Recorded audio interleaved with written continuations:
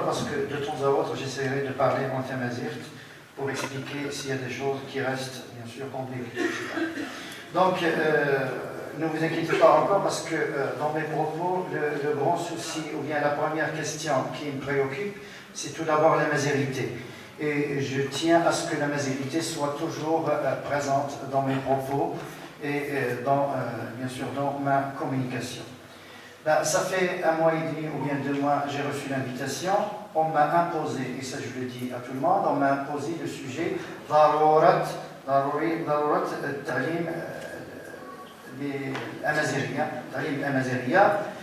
Donc ce qui fait que cela m'a posé un certain nombre de problèmes parce que personnellement je crois que ضرورة التعليم الأمازيغية, quand j'ai essayé de mener une réflexion, j'ai trouvé qu'il faut ajouter à cette nécessité une conjonction disjonctive.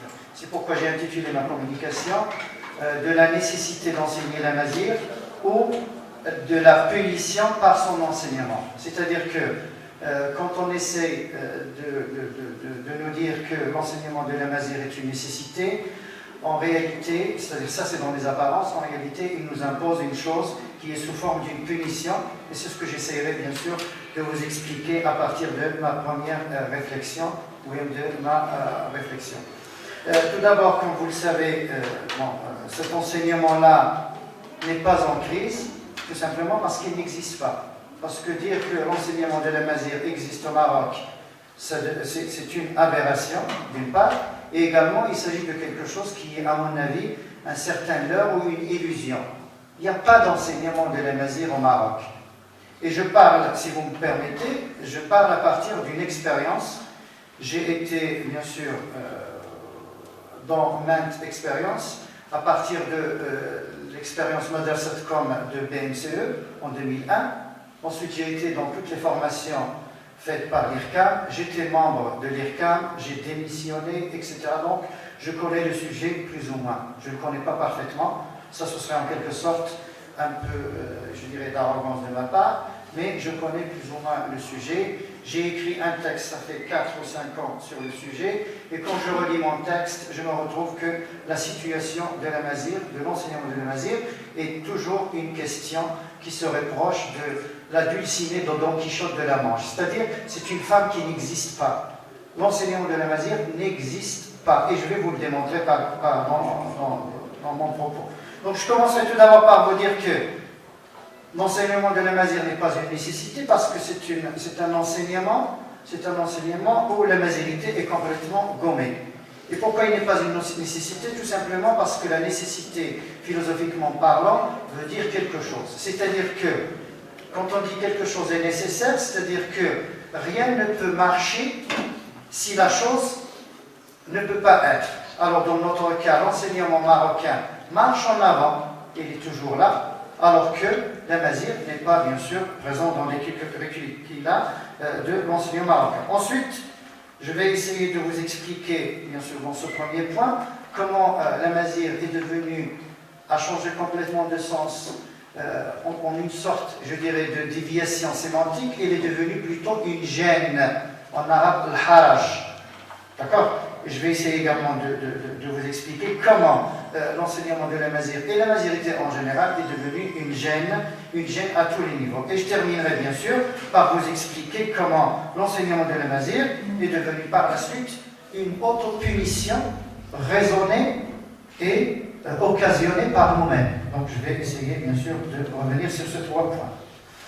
Donc si vous me permettez, quand on cherche bien sûr, dans l'enseignement de l'amazigh, celui qui se fait au niveau du primaire, donc il s'agit d'un enseignement où l'amazighité est complètement vidée. Qu'est-ce que j'entends par l'amazighité? L'amazighité, ce serait, bien sûr, cette vision où j'essaierai, bien sûr, de mettre tout ce qui fait l'identité amazigh dans les 6 manuels. Et si je dis que l'identité amazigh existe et ne peut exister qu'à partir des 6 manuels, ça veut dire que l'identité amazigh est quelque chose de dérisoire. Donc ce serait une sorte de paradoxe. Parce que quand on lit les 6 manuels qu'on a dans l'enseignement, et comme vous le savez, quand on parle de l'enseignement de l'amazigh au Maroc, on se réduit dans notre vision des choses aux 6 manuels, c'est-à-dire les 6 manuels représentent, incarnent parfaitement ce qu'on appelle l'enseignement de la Mazir. Cherchons à gauche ou à droite, il n'y a pas d'enseignement de la Mazir. Et quand on regarde ce qu'on a entre les mains, qu'on appelle les 6 manuels, on se rend compte qu'on n'a pas là ce qu'on appelle la mazérité, ou bien cette revendication que nous essayons bien sûr de rendre comme une nécessité. Donc je vous disais que quand on parle de la nécessité, on parle d'une réalité. On parle d'une réalité et en plus de ça, on parle de quelque chose qui est en quelque sorte une certaine vérité. C'est-à-dire que c'est une chose que je ne peux pas éluder, c'est quelque chose d'inéluctable, quelque chose qui est là par la force des choses, quelque chose qui est là sous forme d'un enchaînement on a un certain nombre d'éléments, et cet ensemble d'éléments sont sous forme de causes qui nous mènent à avoir les effets de la mazérité. Donc, si j'essaie de voir comment cette nécessité de l'enseignement de la mazir est incarnée dans l'enseignement marocain, je me rends compte qu'il n'y a pas là de nécessité. Nous nous trompons, il n'y a pas de nécessité de l'enseignement de la mazir. L'enseignement de la mazir que nous avons est loin de tout ce qu'on appelle nécessité. C'est une fausse réalité, c'est une illusion. Et je vais essayer de vous le démontrer par la suite. Pourquoi? Parce que quand je dis que c'est une nécessité, ça veut dire que j'ai ce qu'on appelle tout simplement l'impossibilité de l'existence de l'enseignement marocain sans qu'il y ait l'enseignement de la mazir. Alors que l'enseignement de la mazir est tout simplement se réduit aux 6 manuels, et par une peau de chagrin, il se réduit encore à un petit module, si on peut l'appeler, ou bien élément de module, qu'on appelle l'enseignement de la langue amazigh, qui se fait 1 fois ou 2 fois par semaine, et qui, dans la plupart des cas, ne se fait même pas. Ce qui fait que nous avons là une réalité qui n'existe pas. Donc, si on ose ici dire maintenant que l'enseignement de l'amazigh existe, je crois que nous sommes en train de rêver. C'est vrai que nous avons le droit de rêver, mais nous n'avons pas le droit de nous mentir à nous-mêmes, parce qu'il n'y a pas d'enseignement de l'amazigh. L'amazigh, c'est vrai, il est une obligation, il est une nécessité. Pourquoi il est une nécessité? Mais là, je parle au niveau de ce qu'il faut qu'il y ait là, sous forme de ce qui est idéal. Mais au niveau de la réalité, il n'existe pas. Pourquoi l'enseignement de l'amazigh est une nécessité dans l'univers des idiots? Tout simplement parce que les Marocains, ici, nous appartenons aux Imaziren, au groupe Imaziren. Ce n'est pas les Imaziren qui appartiennent aux Marocains. C'est ça ce que nous avons. Nous avons toujours inversé le raisonnement en tant que mouvement culturel amazigh.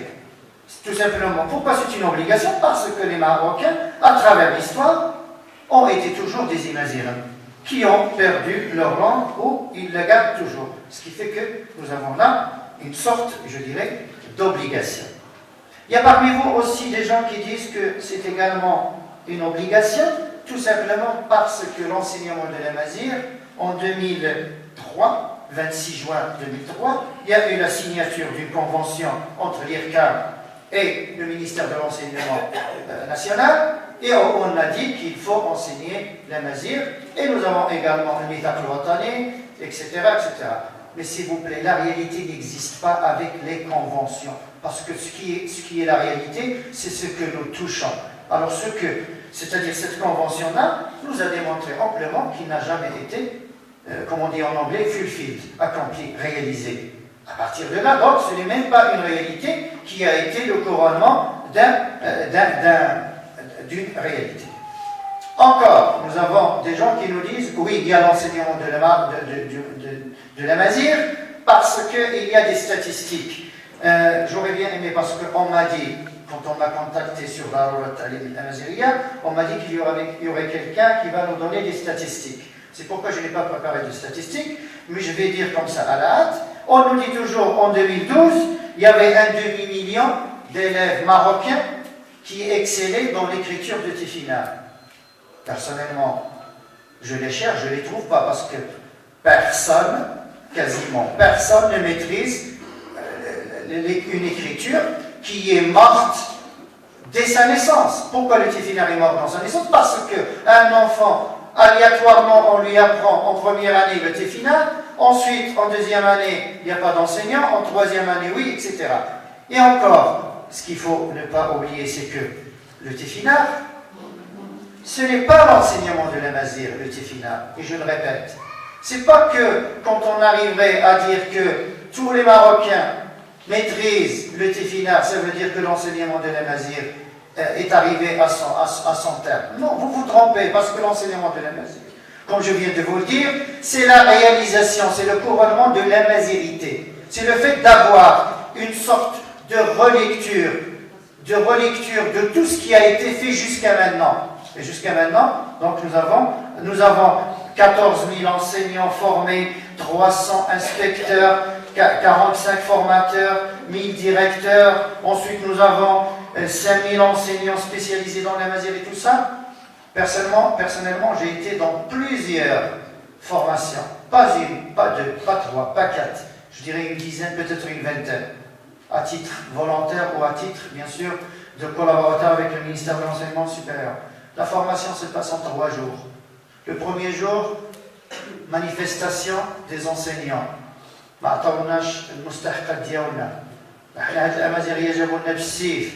Le deuxième jour, c'est les pourparlers. Ensuite, le troisième jour,